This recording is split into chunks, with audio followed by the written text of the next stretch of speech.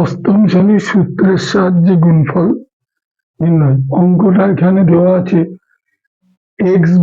x/y+1 into x² -xy+1।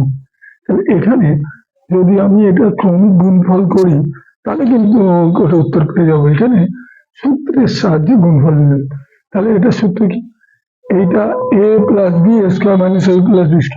তাহলে দেখা যাচ্ছে এখানে a+bটা দিয়ে আছে, অর্থাৎ a বলতে x/y+1। তাহলে এবার এই জায়গাটা আমাকে ভেঙে দেখাতে হবে, এটা কি x/y² minus a into 1 plus 1 square. তাহলে এখানে কি হলো, a+b²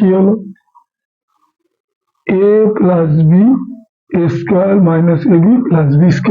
তাহলে এখানে দেখা যাচ্ছে a+b² -ab+b, তাহলে a³ + b³। তাহলে এ হচ্ছে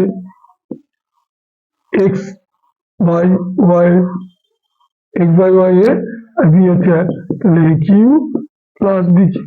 এবার x/y এর কিউব মানে x² বাই y এর কিউব, আর এখানে 1, তাহলে অ্যান্সার মিলে গেল।